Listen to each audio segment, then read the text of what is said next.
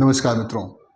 आज मैं जिस टॉपिक पे बात करने जा रहा हूँ वो हमारे हम सभी के जीवन का एक बहुत ही महत्वपूर्ण दिनचर्या है, जिससे हम सबसे ज़्यादा अगर मुहूर्त की बात करें तो यात्रा मुहूर्त से ज़्यादा आवश्यक हमारे जीवन में किसी मुहूर्त की बात करें, हम गृह प्रवेश कराते हैं एक बार, कराते हैं विवाह एक बार होता है, ज़्यादातर जो भी चीज़ें देखते हैं तो बड़ा रेयर 2-4 बार देखना होगा। गाड़ी खरीदने जा रहे हैं तो उसका एक मुहूर्त देख लिया कि वाहन खरीदने का मुहूर्त है कि नहीं। लेकिन यात्रा हमारे जीवन का एक ऐसा अभिन्न अंग है वो उसको आप इग्नोर नहीं कर सकते। तो क्या करें, यात्रा हमारी सुखद हो। अगर हम किसी खास काम, जैसे रूटीन में हमें कहीं जाना है, हर दिन जाना होता है, तो उसमें इस विचार को करने का कोई बहुत महत्व नहीं है। लेकिन उसमें भी कभी कभी कोई बहुत महत्वपूर्ण डील होती है या बड़ा कुछ किसी ऐसे कार्य के लिए जा रहे हैं जो बड़ा महत्वपूर्ण है, जहाँ पे शुभता का बड़ा महत्व है। प्राचीन काल से हमारे वहाँ एक परंपरा रही है दही चीनी खा के जाने का, कि कहीं जा रहे हैं शुभ कार्य, कहीं अच्छा कार्य। तो जब उस तरह की बातें आती हैं तो आप कहीं दूर यात्रा करने जा रहे हैं तो वहाँ पे यात्रा विचार जरूर करें। बहुत सामान्य सी बात है, दिशाशूल सभी लोग जानते हैं, सोम शनि पूरब ना चालू, मंगल बुध उत्तर दिश कालू। ये सबको पता है कि सोम शनि पूरब नहीं जाते हैं, मंगल बुधवार को उत्तर नहीं जाते हैं, बृहस्पतिवार को दक्षिण नहीं जाते हैं, शुक्र और रविवार को पश्चिम नहीं जाते हैं। लेकिन इसके अलावे और क्या क्या है, बड़ा ब्रॉड है ये सब्जेक्ट। तो मैं उसके बारे में बात करूंगा कि कौन से नक्षत्र, कौन सी तिथि, अगर आप किस दिशा में चंद्रमा हो, अगर मैक्सिमम चीजें मिल जाएं या ज्यादातर चीजें मिल जाएं, 4-5 चीजों में अगर 2-3 चीजें भी पॉजिटिव हो जाएं, तो आपकी यात्रा निसंदेह बहुत सुखद होने वाली है। और जो भी रिजल्ट, जिस कामना से आप जा रहे हैं, वो रिजल्ट ओरिएंटेड हो जाएगा, वह कार्य होने का पॉसिबिलिटी बहुत ज्यादा बढ़ जाएगा। एक श्लोक है, किस नक्षत्र में और किस तिथि को यात्रा करें। मैं एक मुहूर्त चिंतामणि में एक श्लोक है, न षष्ठी न च द्वादशी नाष्टमीनो सीताद्या तिथि पूर्णिमा मान रिक्ता हयादित्य मैत्रेन्द्र जीवांत हस्त स्रवो वासवैरेव यात्रा प्रशस्ता। न षष्ठी न च द्वादशी नाष्टमीनो, षष्ठी को यात्रा नहीं करना है, द्वादशी को यात्रा नहीं करना है, अष्टमी को यात्रा नहीं करना है। न षष्ठी न च द्वादशी नाष्टमीनो सीताद्या तिथि, जो शुक्ल पक्ष की प्रतिपदा है, ध्यान रखिएगा, कृष्ण पक्ष की प्रतिपदा में आप यात्रा कर सकते हैं, शुक्ल पक्ष की जो प्रतिपदा है उसमें यात्रा नहीं करना। सीताद्या तिथि पूर्णिमा मान रिक्ता, पूर्णिमा को और अमावस्या को भी आप यात्रा नहीं करें तो ज्यादा अच्छा होगा। और रिक्ता तिथि में चतुर्थी, नौमी और चतुर्दशी, ये 3 तिथियां हैं जिसे हम रिक्ता कहते हैं। तो अगर देखा जाए तो आप सीताद्या तिथि मतलब शुक्ल पक्ष की प्रतिपदा को यात्रा नहीं कर सकते हैं, कृष्ण पक्ष की प्रतिपदा को कर सकते हैं, द्वितीया को कर सकते हैं, तृतीया को कर सकते हैं, चतुर्थी छोड़ दीजिए, पंचमी को कर सकते हैं, पंचमी करें बहुत अच्छा है, षष्ठी छोड़ दीजिए, षष्ठी को मत करिए, सप्तमी को कर सकते हैं, अष्टमी को नहीं करना चाहिए, और नौमी भी रिक्ता तिथि है तो उस दिन भी नहीं करना है।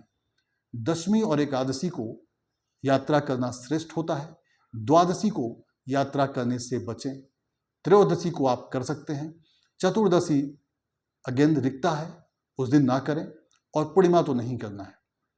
तो यह है तिथि का विचार। इसमें आगे की लाइन है, न षष्ठी न च द्वादशी नाष्टमीनो सीताद्या तिथि पूर्णिमा मान रिक्ता हयादित्य मैत्रेन्द्र जीवांत हस्त्य स्रव वासवैरेव यात्रा प्रशस्ता। किस किस नक्षत्र में यात्रा करना प्रशस्त है, मतलब बहुत शुभ माना गया है, आपका हर कार्य उस नक्षत्र में यात्रा करने से पूर्ण होने की पूर्ण संभावना है। उन नक्षत्रों की बात करें तो सबसे पहला नक्षत्र होता है अश्वनी। अश्वनी नक्षत्र जो सबसे पहला नक्षत्र है उसमें आप यात्रा कर सकते हैं। अश्वनी के बाद पुनर्वसु, अनुराधा, मृगशिरा, पुष्य और रेवती, हस्त्र, श्रवण और घनिष्ठा नक्षत्र, इन 9 नक्षत्रों में यात्रा करने से आपको लाभ होगा। यह सबसे श्रेष्ठ नक्षत्र हैं जिसमें आप यात्रा करें।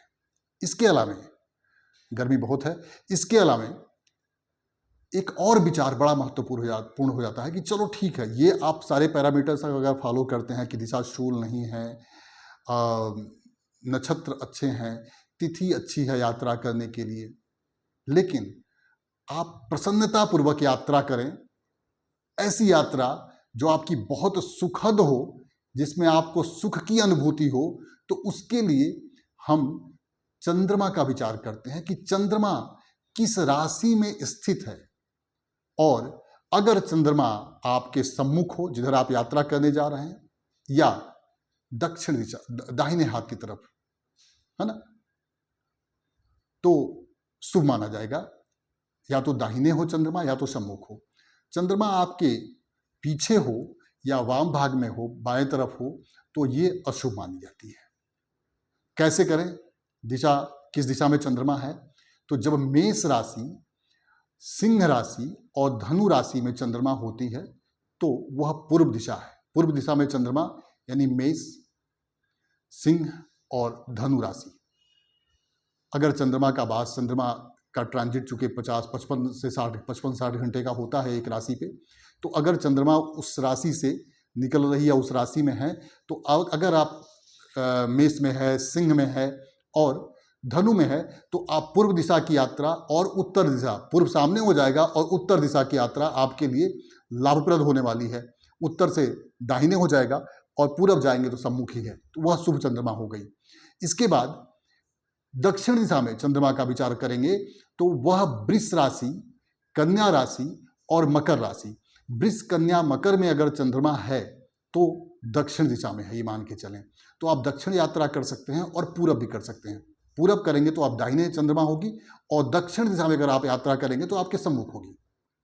चलिए, नेक्स्ट दिशा पश्चिम दिशा। पश्चिम दिशा यानी मिथुन, तुला और कुंभ। इन राशियों में चंद्रमा अगर भ्रमण कर रही है तो वह पश्चिम दिशा में है। ऐसे कंडीशन में आप पश्चिम यात्रा तो कर ही सकते हैं, बिल्कुल सम्मुख होगी चंद्रमा आपके। और दक्षिण यात्रा करना भी शुभ होगा, क्योंकि दक्षिण जब करेंगे, यात्रा कर रहे हैं, तो पश्चिम दिशा में चंद्रमा होगी, यानी मिथुन, तुला, कुंभ में अगर चंद्रमा होगी तो वह आपके दाहिने होगी, वह भी शुभ है। अंतिम दिशा उत्तर दिशा। चंद्रमा जब कर्क राशि और वृश्चिक राशि और मीन राशि में होती है तो वह उत्तर दिशा का वास माना जाएगा। यानी आप उत्तर यात्रा कर रहे हैं तो कर्क, वृश्चिक और मीन की चंद्रमा आपके लिए लाभप्रद होगी। और अगर आप पश्चिम यात्रा कर रहे हैं तो भी कर्क, वृश्चिक, मीन की चंद्रमा आपके लिए अच्छी होगी, क्योंकि तब दाहिने पड़ेगी। और उत्तर कर रहे हैं तो सम्मुख होगी। तो चंद्रमा का विचार करके अगर आप यात्रा करेंगे तो बड़ा सुखमय यात्रा होगी आपकी, बड़ा खुशी और प्रसन्नता के साथ आप यात्रा कंप्लीट करेंगे।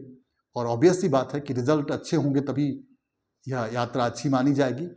तो यह एक ऐसा कार्य है कि जब भी कुछ सिग्निफिकेंट कार्य के लिए जा रहे हैं, किसी विशेष डील के लिए जा रहे हैं, लड़की की शादी देखने जा रहे हैं, लड़के का विवाह का कहीं कोई बात है, कुछ बड़ा ऑस्पिशियस कार्य है, या कहीं ऐसा कोई इंटरव्यू है जिसमें आप अपना टाइम स्वयं से निर्धारित कर सकते हैं।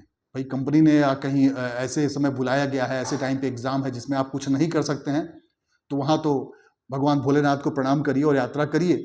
लेकिन जहाँ पे आप निर्णय ले सकें वहाँ पे ये प्रयास करें। बहुत सारे लोग हैं जिनका फील्ड वर्क है, वो दिल्ली में रहते हैं, किसी दिन गुड़गांव जा रहे हैं, किसी दिन नॉर्थ दिल्ली से साउथ दिल्ली जा रहे हैं, किसी दिन नोएडा जा रहे हैं। तो ऐसे कंडीशन में वो क्या करें? अगर उनका रूटीन का कार्य है उसमें भी वो दिशाशूल देख लें, उसमें भी चंद्रमा का वास देख लें, तो बढ़िया होगा, डेफिनेटली अच्छा होगा।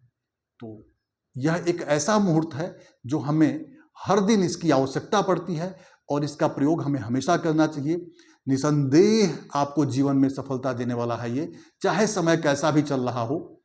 लेकिन शुभ मुहूर्त में किया गया कार्य, अगर अच्छे मुहूर्त में आप किसी कार्य को कर रहे हैं या किसी कार्य को करने का बड़ा अच्छा मुहूर्त है तो वहाँ सफलता के चांसेस बहुत बढ़ जाते हैं। यात्रा ऐसी ही चीज़ है जिसकी आवश्यकता, हम गाड़ी लेने जा रहे हैं, हम कोई काम करने जा रहे हैं, हम घर खरीदने जा रहे हैं, हर जगह किसी भी कार्य को करने जा रहे हैं तो शुरुआत तो यात्रा से ही होती है। तो इसे अंडर एस्टिमेट न करें, ध्यान दें, डेफिनेटली आपको सफलता मिलेगी जीवन में। नमस्कार।